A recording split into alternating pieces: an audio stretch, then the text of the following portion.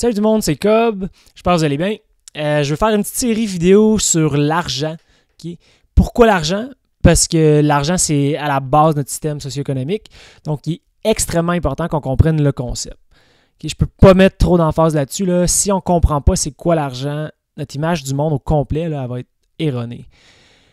C'est comme un chat qui a peur d'un aspirateur. Okay? Si seulement il savait là, que ça n'allait pas le bouffer, que ça allait nettoyer la maison, il y aurait pas mal moins de stress, puis il n'y aurait pas de haine envers la petite machine, il haïrait quelque chose d'autre. Okay? Ou un chevreuil qui se pose pas de question, c'est quoi l'espèce de champ plat avec des lignes jaunes dessus.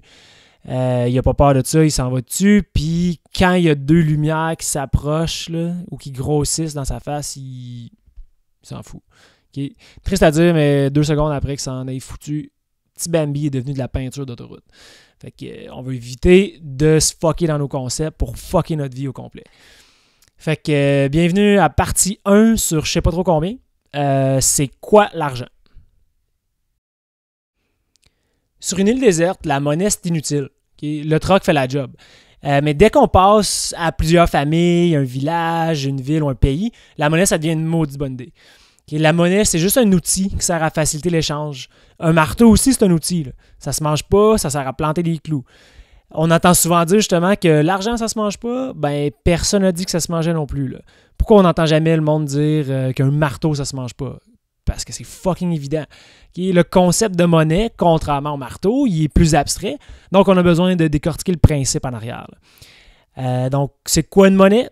Simple, c'est un outil qui facilite l'échange. S'il n'y a pas d'échange, il n'y a pas d'économie. Donc, évidemment, tu n'as pas besoin d'outils économiques, donc pas de monnaie. Pourquoi le monde échange? Les humains échangent volontairement parce que l'échange avantage les deux parties impliquées. Okay? Si ce n'était pas le cas, l'échange n'aurait pas lieu. Petit exemple plus concret. Mettons qu'il y a un monsieur A qui échange des œufs contre du beurre. Parce que pour lui, les œufs valent moins que le beurre. Fait que ça ne dérange pas de donner ses œufs. Monsieur B, pour lui, le beurre vaut moins que les œufs. Fait que ça ne dérange pas de donner son beurre. Fait que les deux en sortent plus riches.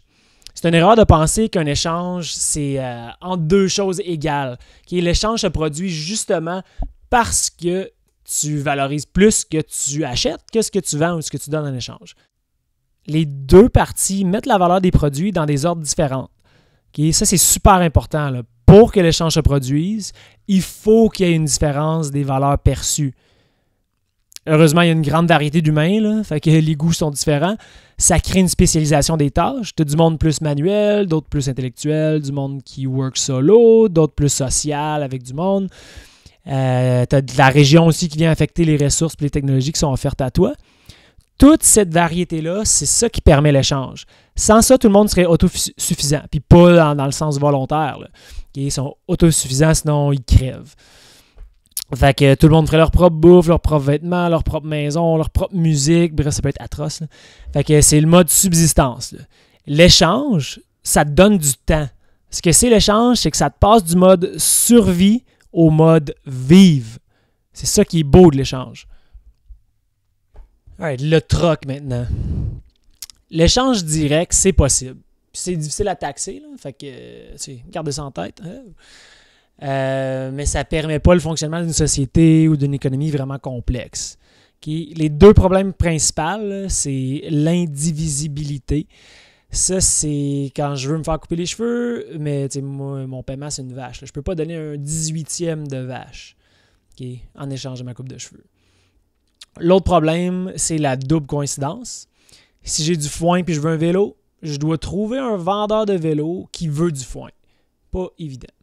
Puis imaginez le prof d'algèbre qui, lui, il cherche des pâtes sans gluten. Bonne chance, mon gars. Faut que tu trouves un vendeur de pâtes sans gluten que ça donne qu'il veut des cours d'algèbre là, pour lui ou son fils. Fait que ça, c'est un des gros problèmes avec le troc. Okay? C'est les deux gros problèmes, en vrai, avec le troc. Fait que l'échange indirect maintenant, tu ne vends pas ton produit en échange de quelque chose que tu veux, mais contre un produit que tu veux utiliser plus tard pour échanger avec quelqu'un d'autre. Ça a l'air plus compliqué puis une perte de temps, mais c'est ça qui permet la civilisation. Là. Fait qu'un exemple concret, là, fermier A a des œufs, puis il veut des souliers. Mais B veut rien savoir de ses œufs, il veut du beurre. Fait que fermier A va donc aller échanger ses œufs avec le fermier C pour du beurre. Pas parce qu'il veut du beurre, mais parce que ça va lui permettre d'acheter les souliers de M. B. Okay? Fait que le beurre est donc un peu plus en demande maintenant à cause de son rôle d'intermédiaire là, dans un échange entre œufs et souliers. Le médium, dans notre exemple, le beurre, permet à un spécialiste d'échanger avec un autre spécialiste. Historiquement, il y a eu plusieurs biens là, qui jouaient le rôle de médium d'échange. Il y a eu des vaches, du sel, du sucre, du tabac, des clous, du grain, du thé, des coquillages, etc. Avec le temps, c'est une ou deux commodités qui ont été sélectionnées naturellement par le marché pour devenir la monnaie de choix. Okay? C'est le processus naturel de milliards de décisions et de transactions entre des millions d'humains qui font en sorte qu'une monnaie est sélectionnée à monnaie. C'est pas un roi ou un empereur qui décide qu'on allait utiliser des épices, du sel ou de l'or. C'est fait naturellement par les décisions des individus. Ce qu'on a choisi comme devise, c'est apparu naturellement de bas en haut et non imposé du haut par quelqu'un qui est au pouvoir.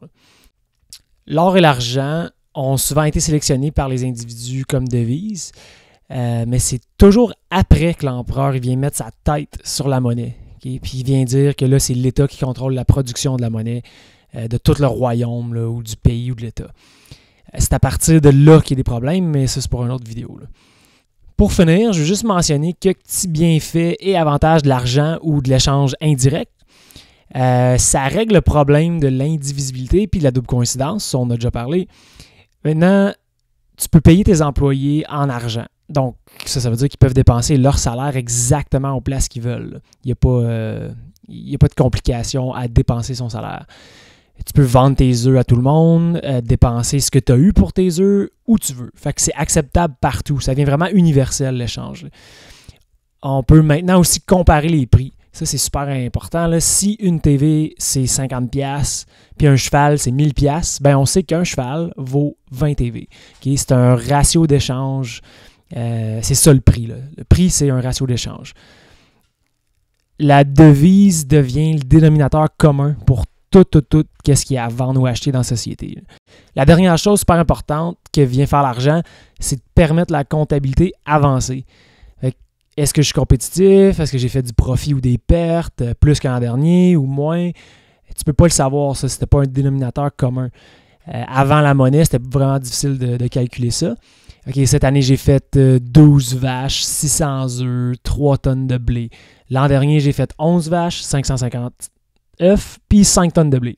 Lequel des deux était plus rentable? Il n'y a vraiment pas de manière de le savoir. Ce n'est pas le dénominateur commun qui est le dollar ou le peso, n'importe quoi. Là. Fait que si tu n'as pas de dénominateur commun, tu ne peux pas prendre des décisions rationnelles dans la production puis dans la distribution des ressources limitées. Fait que, conclusion, l'argent, la monnaie, c'est juste un outil qui facilite l'échange entre humains. C'est du troc, mais indirect. Okay? C'est la même chose. Ça permet la civilisation complexe, une qualité de vie incroyable. Okay? Il ne faut pas avoir peur d'un outil. Là. S'il y a des problèmes dans le monde, la cause, c'est pas l'argent. C'est juste un outil, ça. Là. Le problème, il va être ailleurs. Le problème, il peut effectivement détruire l'argent puis la rendre sale. Mais encore une fois, pour garder ça short, là, ça va être pour un prochain vidéo. Ça, là. Fait que merci d'avoir écouté jusqu'ici. Si vous aimez ça, parlez-en, partagez, likez la page Facebook, subscribe sur YouTube, faites ce que vous voulez. Fait que checker vidéo 2, c'est qu'est-ce qui fait une bonne monnaie? Pourquoi qu'une monnaie serait meilleure qu'une autre? Merci, à la prochaine!